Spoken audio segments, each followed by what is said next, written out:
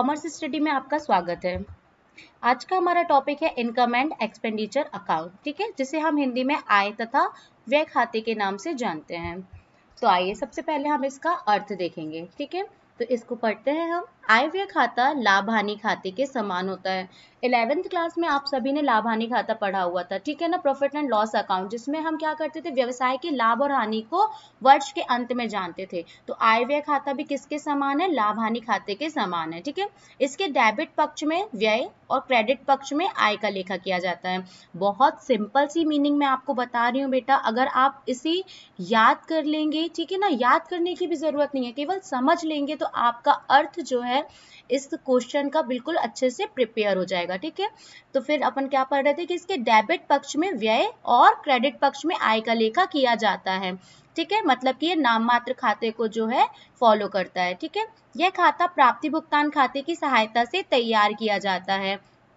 तो ये जो खाता है हम किसकी सहायता से बनाते हैं, प्राप्ति भुगतान खाते की सहायता से बनाते हैं।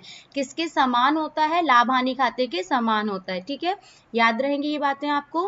फिर इस खाते में केवल चालू वर्ष से संबंधित राशियों का लेखा किया जाता है। चालू वर्ष मतलब हमने आपको पहले भी समझाया इसके पहले के वीडियोस में कि चालू वर्ष क्या होता है, जिस भी वर्ष के लिए आप अपना जो है खाता प्रिपेयर कर रहे हो, ठीक है ना, वो आपका चालू वर्ष कहलाएगा, ठीक है।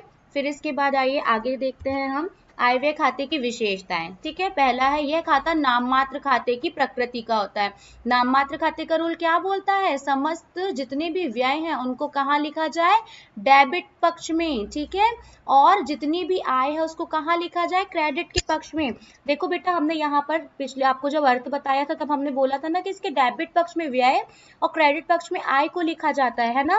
तो यही है ना नाम मात्र खाते का नियम। तो कितना इजी हो गया पहला पॉइंट आपका, और अर्थ भी आपका वहां पे मैच हो रहा है, ठीक है। सेकेंड पॉइंट देखते हैं बेटा, इसमें केवल आयगत मदों का लेखा किया जाता है। मतलब कि इसमें पूंजीगत जितनी भी मद है उनका लेखा नहीं किया जाता, जो हमें लॉन्ग टर्म तक लाभ देने वाली हैं, ठीक है ना, उनका लेखा हम नहीं करते हैं। फिर इसके बाद यह खाता लाभ हानि खाते की तरह होता है। ये आपको मैं अर्थ में ही बता चुकी हूँ कि ये जो खाता है वो लाभ हानि खाते की तरह होता है, ठीक है। फिर इसके बाद नेक्स्ट पॉइंट है हमारा, इसके डेबिट पक्ष में समस्त व्ययों का लेखा किया जाता है। देखो मैंने इसी को क्या किया है, डिस्क्राइब कर दिया है। मतलब आप विशेषताओं में अगर देखें तो आपका एक लाइन से कितने पॉइंट बन रहे हैं, ठीक है, 3, ठीक है। पहले तो ये नाम मात्र खाते की प्रकृति का होता है और इसके डेबिट पक्ष में समस्त व्यय का लेखा किया जाता है, क्रेडिट पक्ष में समस्त आय का लेखा किया जाता है ना। फिर इसके बाद नेक्स्ट है आय का व्यय पर आधिक्य, आधिक्य कहलाता है, ठीक है। जो बैलेंस बेटा निकलेगा ना, जो हम अंत में क्या करते हैं, किसी भी खाते को बनाने के बाद बैलेंस निकालते हैं ना, तो यदि आय का व्यय पर आधिक्य मतलब यदि हमारा डेबिट पक्ष ज्यादा आ रहा है ना, तो उसको हम क्या बोलेंगे, आधिक्य। और यदि क्रेडिट पक्ष ज्यादा आएगा तो उसको हम क्या बोलेंगे, कमी, ठीक है। फिर इसके बाद नेक्स्ट देखते हैं समायोजन। तो बेटा मैंने आपको बताया इसमें एक पॉइंट में अपन ने लिया था कि जो आय व्यय खाता है उसमें केवल चालू वर्ष करंट ईयर से संबंधित जो भी मदें होंगी उनका लेखा जोखा किया जाएगा, ना तो प्रीवियस ईयर का होगा और ना ही नेक्स्ट ईयर का लेखा जोखा होगा। तो केवल और केवल हमें किसका लेखा करना है, करंट ईयर का। तो बेटा देखो समायोजन के नाम पे मैं आपको बताना चाहूंगी कि ये आपका करंट ईयर हो गया, ठीक है। मान के चलिए ये आपका करंट ईयर है। प्रीवियस ईयर मतलब कि पिछला साल, ठीक है, प्रीवियस ईयर हमने ये लिखा। फिर इसके बाद नेक्स्ट है हमारा नेक्स्ट ईयर, ठीक है, मतलब कि अगला साल। इसको आप अच्छे से याद रखिएगा, बहुत सिंपल सा फंडा समझा रही हूँ मैं आज आपको। अब इसके बाद देखिए यहाँ पे समायोजन के समय में 2 चीजें याद रखनी पड़ेंगी। पहला आउटस्टैंडिंग, अदत्त। तो देखो ये हमने क्या किया है, ये वर्ष की शुरुआत है, ठीक है ना, तो क्या लिख दें हम यहाँ पे, स्टार्टिंग लिख दें, ठीक है, start of the month, sorry year, और इसके बाद एंड ऑफ द ईयर, ठीक है, यहाँ पे ये एंडिंग आ गई। फिर इसके बाद ये आ गया आपका आउटस्टैंडिंग, ठीक है ना, अदत्त। फिर इसके बाद ऐसे ही नेक्स्ट आ जाए, अभी हम पहले आउटस्टैंडिंग को देख लेते हैं, ठीक है, उसके बाद हम रिपीट की बात करेंगे।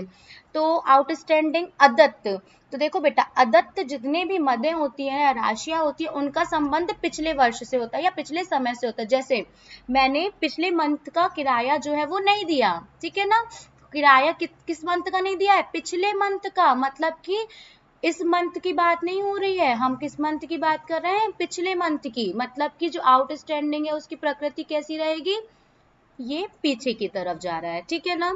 तो अब जो भी ओपनिंग बैलेंस रहेगा हमारा, है ना, ओपनिंग आउटस्टैंडिंग, ठीक है ना, या वर्ष की शुरुआत का, ठीक है, तो उसको जो हमारा आउटस्टैंडिंग है उसका संबंध कहाँ है, देखो प्रीवियस ईयर में जा रहा है एरो, है ना, प्रीवियस ईयर में जा रहा है, मतलब कि करंट ईयर में आ रहा है क्या ये एरो।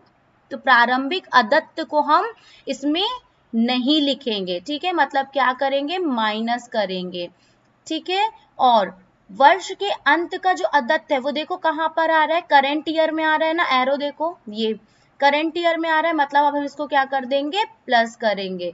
तो वर्ष का जो प्रारंभिक वर्ष का जो अदत्त राशि होगी, ठीक है, उसको हम क्या करेंगे, माइनस करेंगे, और वर्ष के अंत की अदत्त राशि को क्या करेंगे, प्लस करेंगे। चाहे तो आप इसे नोट डाउन कर सकते हो, मैंने फिर से बोल रही हूँ कि वर्ष के प्रारंभ की जो अदत्त राशि होगी उसको हम माइनस करेंगे, और वर्ष के अंत की जो अदत्त राशि होगी उसको हम क्या करेंगे, प्लस करेंगे, ठीक है। अब इसके बाद हम बात करते हैं पूर्व दत्त की, ठीक है ना, प्रीपेड अकाउंट, ठीक है, या फिर क्या बोल सकते हैं हम इसको, एडवांस, ठीक है। अब आपने क्या किया, एडवांस राशि दे दी भाई किसी को, मैंने कहा मैंने अगले माह का किराया चुका दिया है, तो किस मंथ की बात कर रही हूँ मैं, अगले माह की, ठीक है ना, अभी सितंबर चल रहा है, अक्टूबर की बात कर रही हूँ मैं, अगले माह जो अभी आया ही नहीं है, तो मतलब इसका संबंध कब है, आने वाले समय से, तो इसका एरो कहाँ जाएगा, आगे की तरफ आएगा। तो अब देखिए वर्ष के प्रारंभ की, ठीक है ना, जो भी वर्ष के प्रारंभ की पूर्वदत्त राशि है, ठीक है ना, वर्ष के प्रारंभ की पूर्वदत्त राशि का संबंध कब आ रहा है, देखो करंट ईयर में, है ना, एरो को देखो करंट ईयर के बीच में आ रहा है। तो वर्ष के प्रारंभ की पूर्वदत्त राशि को हम क्या करेंगे, जोड़ देंगे, ठीक है। और इसी के साथ वर्ष के अंत की पूर्वदत्त राशि को, ठीक है ना, क्या करेंगे, माइनस, क्यों माइनस कर रहे हैं, एरो देखो कहाँ जा रहा है, नेक्स्ट ईयर में, इसका संबंध किससे हो गया, अगले वर्ष से।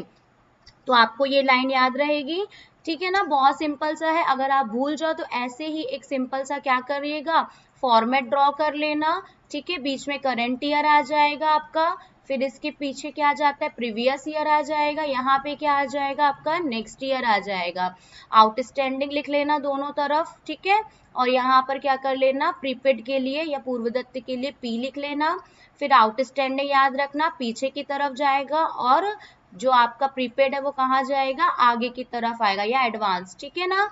अब इसके बाद जो प्रारंभिक आउटस्टैंडिंग रहेगा, स्टार्टिंग का है ना, वर्ष के प्रारंभ का, वो कहाँ जा रहा है, पीछे की तरफ, इसलिए इसको माइनस करेंगे, और जो नेक्स्ट ईयर सॉरी वर्ष के अंत का आउटस्टैंडिंग रहेगा वो कहाँ आएगा, करेंट ईयर में, इसलिए उसको ऐड कर देंगे। फिर इसके बाद ऐसी प्रीपेड के लिए या एडवांस के लिए क्या करेंगे, वर्ष के प्रारंभ की जो एडवांस की राशि होगी उसको हम जोड़ देंगे, और जो वर्ष के अंत की एडवांस की राशि होगी, ठीक है ना, पूर्वदत्त होगा, उसको हम क्या करेंगे, माइनस कर देंगे, ठीक है बेटा। आई होप आप लोगों को समझ में आ गया होगा आज का ये टॉपिक। तो अगले हम वीडियो में मिलते हैं, थैंक यू।